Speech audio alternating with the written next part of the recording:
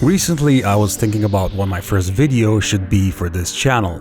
Tens of titles surfaced and bottlenecked, but The Last of Us gracefully managed to get on top of the list. Here's why.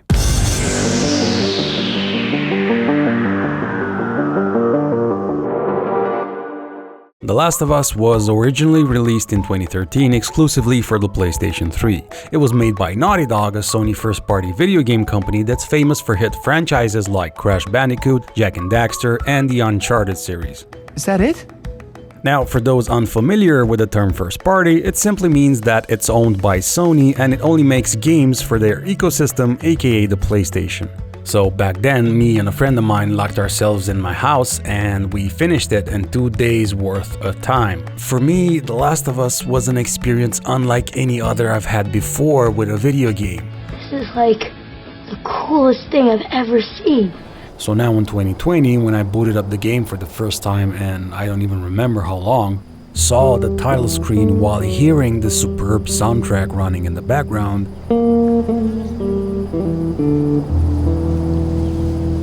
it took me back 7 years ago, and the only thought lingering in my mind was that my feelings for The Last of Us never left me.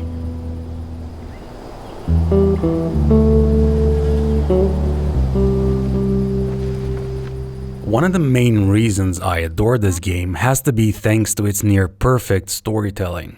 Take the very first scene, for example. We see Joel and his daughter, Sarah, talking. There's no music or background noise during their dialogue, they're just being. Where did you get the money for this? Drugs. I sell hardcore drugs. Oh, good. You started helping out with the mortgage then. Yeah, you wish. The focus here is on the two characters we're meeting for the very first time. Nothing else is as important as their moment. Except maybe one thing. There's a sound of a ticking clock. Now, I'm gonna go out on a limb and say this was intentional, because right before the scene actually begins, we see a black screen and then we hear the ticking, signaling the start of the story.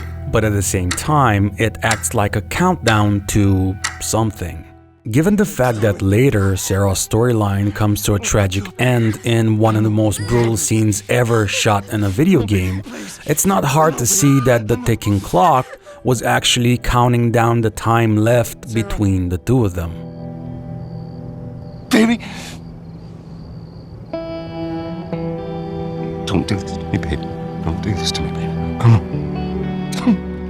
But this shattering moment alone wouldn't have been nearly as tragic to the player if Sarah was just an NPC carrying out her code of programming. This is another great example of Neil Druckmann's stroke of genius when he decided that you, the player, should play as Sarah in order to develop empathy for her. For the very first time you're actually controlling the game, you get a few moments of quiet, but soon enough, things start to slowly unfold and you're greeted with impending chaos. There seems to be some commotion coming from the...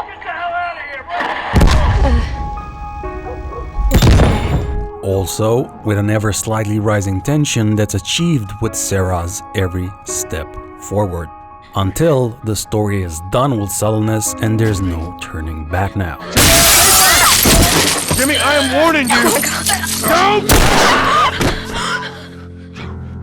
A thing further highlighted when Joel, Tommy, and Sarah try to make it through the town in the beginning of the game. Chaos has finally arrived and panic is flooding the streets.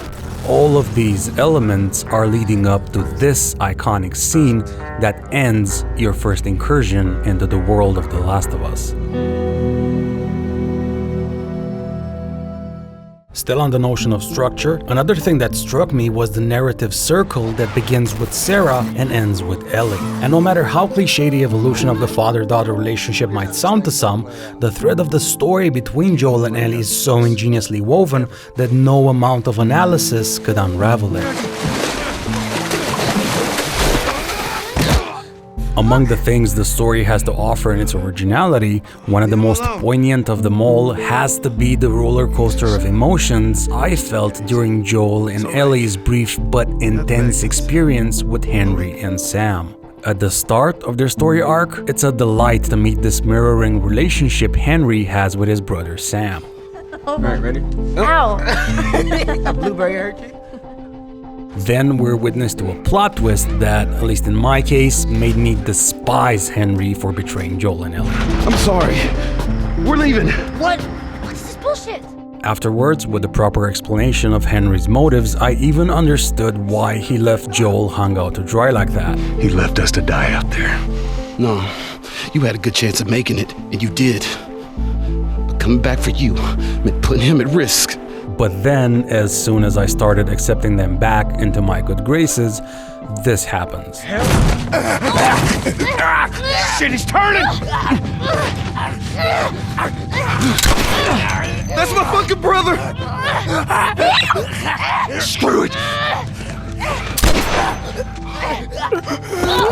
And I was blown away by that because my emotions got toyed with really hard and uncaringly.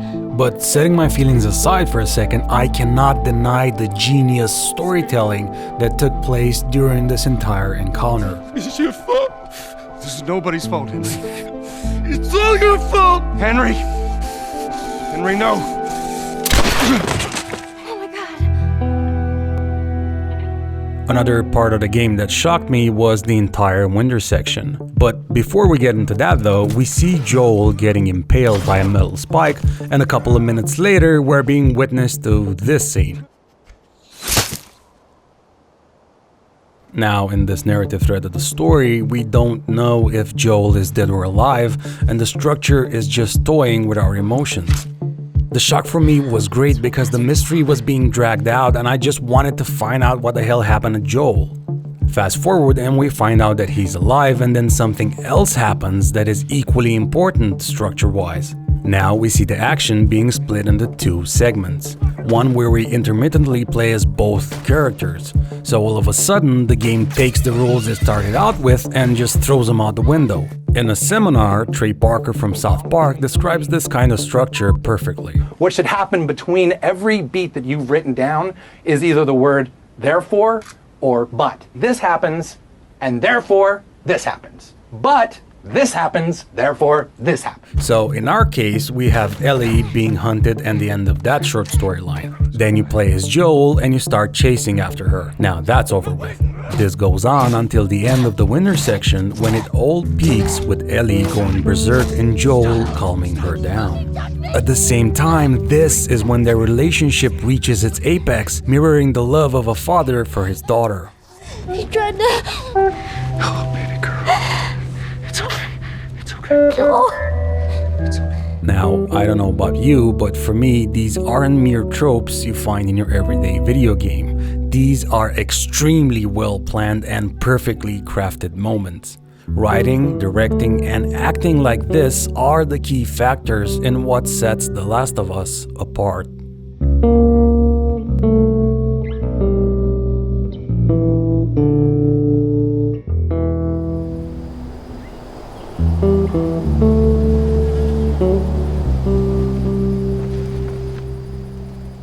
A few steps outside in an earlier part of the game, we're seeing people talking about what's it like to survive in this post-apocalyptic world. And we get glimpses of that just by listening to their dialogue. I've been selected for outside work duty.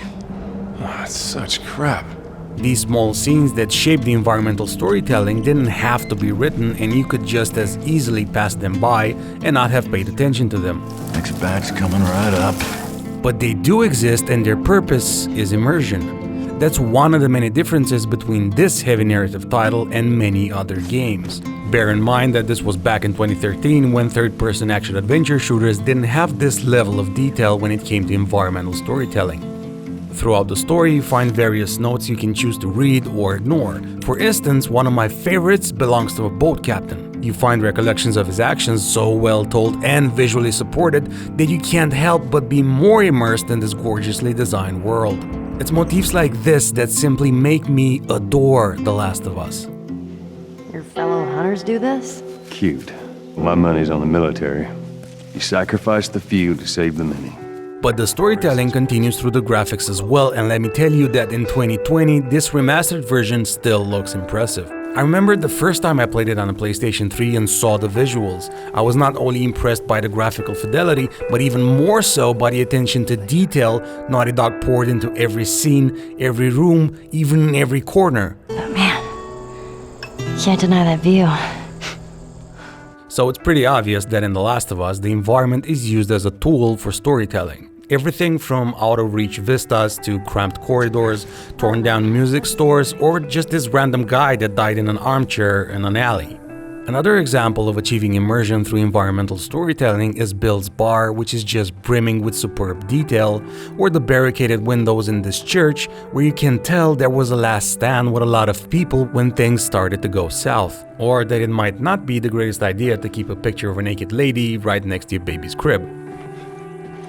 Another great example of immersion are the scenes being played out in my head, triggered by the writing on these walls. From the graffiti alone, I could already see the riots, hear the people rising against the officials, ultimately leading to a slaughter. But my favorite one from the entire game has to be the couple's suicide from the hotel room.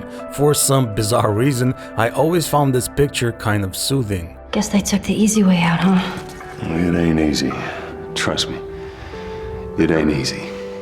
What The Last of Us does with its environmental storytelling is one simple trick that makes everything an imaginary delight for the viewer.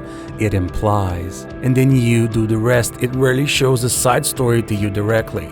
This all proves just how much thought and effort went into making this game.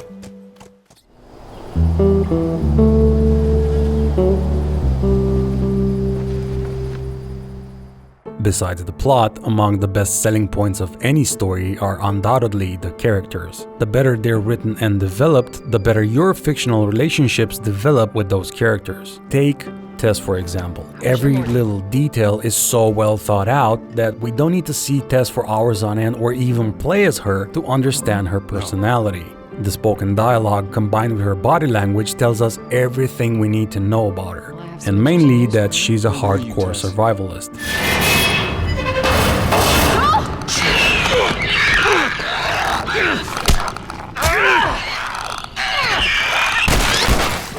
But at the same time, her personality isn't defined only by that because Tess has kept true to herself. Fact reinforced by this scene where she is begging Joel to take Ellie to the Firefly lab to discover a cure, even though she knows she can't survive the trip. I am not doing that. Yes, you are. Look. There's enough here that you have to feel some sort of obligation to me, so you get her to Tommy's. Her final stand is that of a hero. I can buy you some time, but you have to run. You want us to just leave you here? Yes. There's no way that... I will not turn into one of those things. Make this easy for me. Buying enough time for Joel and Ellie to escape just for a slight chance of a cure, consequently making their world a better place.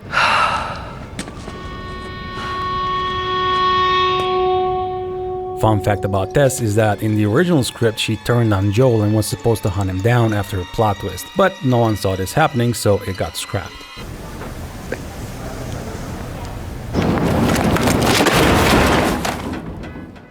Now on to Bill. Get off your ass on your feet. He's straight up one of the greats for me and I liked him instantly. What's most interesting about him is that, like Tess, he isn't defined by one single trait. He comes off as an asshole during first contact, but his behavior is duly justified. You come into my house, you set off all my traps, you damn near break my shooting arm. And if you pay close attention to what he says or does, Bill is actually a good guy. Even Joel knows it.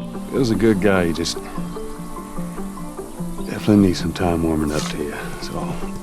It's even proved by Bill's constant outspoken inner monologue. Can't believe you agreed to this bullshit, Bill.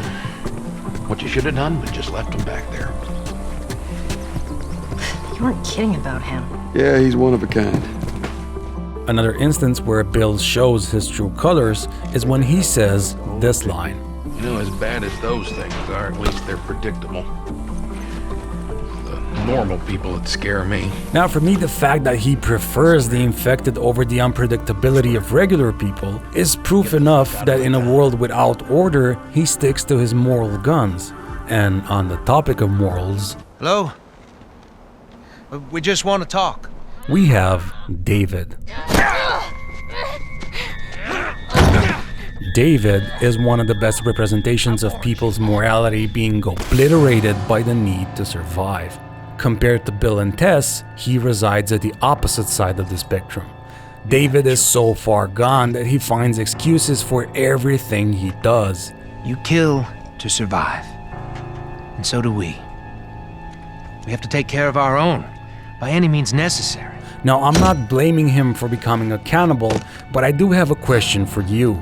Given the same circumstances, what would you choose between the morals of a society long gone and the urge to survive? Would you do the same as him, or would you let the sense of righteousness kill you?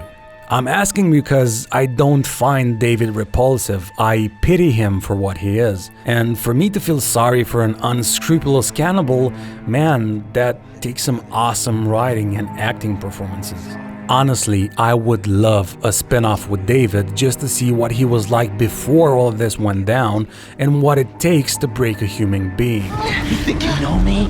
Huh? Well, let me tell you something. You have no idea what I'm capable of.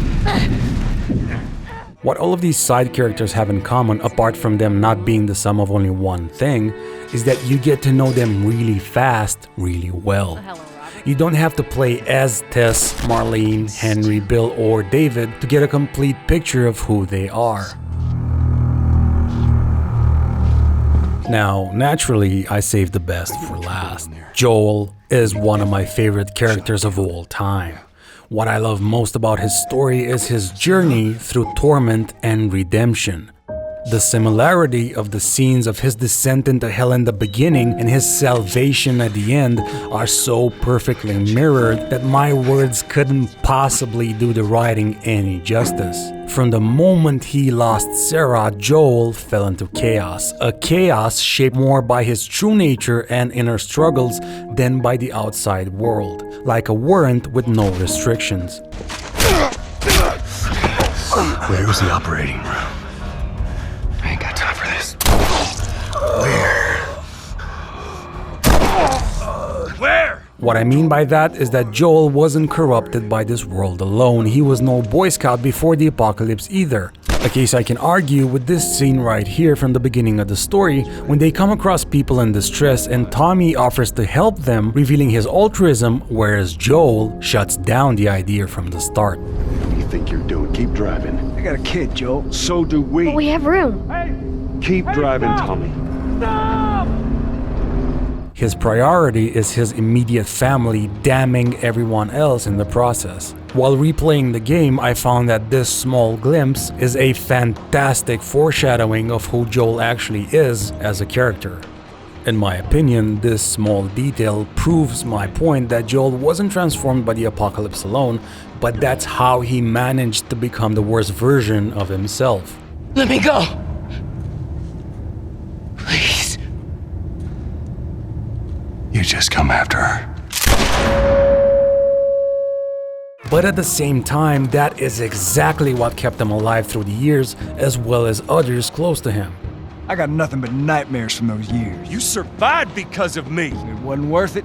By the end of the story, his character's development comes full circle when Joel saves Ellie. But if Joel hadn't become so corrupted in the first place, Ellie wouldn't even be alive. I think it's fair to say that he didn't save the world and he was never meant to, but in turn he managed to save his world. By doing so, he found redemption.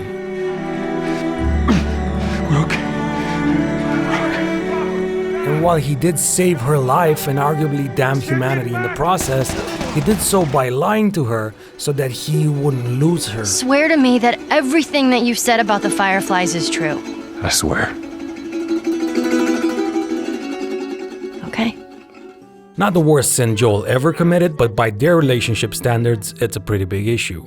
Because he broke her trust and at the same time robbed her of her choice. And as we all know Ellie, she would have probably snuck off and gone back to the lab to try to save the world, sacrificing herself in the process. Thus the question arises, can you honestly blame the guy? Wouldn't you have done exactly the same? In my eyes, I cannot fault his reasons. To me, this kind of philosophical approach and deep understanding of psychological design of characters are just sublime. Like I've said before, there is no black and white in The Last of Us, but there are powerful nuances. And given the right set of circumstances, anyone could do just about anything to survive in such an unforgiving world. In the end, I love The Last of Us because it mirrors real life. Most of it is dark and full of despair. People betray you at every turn, and others are just out there with the sole purpose of harming you indiscriminately. But much like Joel's journey, it's about seizing the innocence and beauty when they are due. And much like life, It's got its ups and downs. But after all we've been through, it can't be for nothing.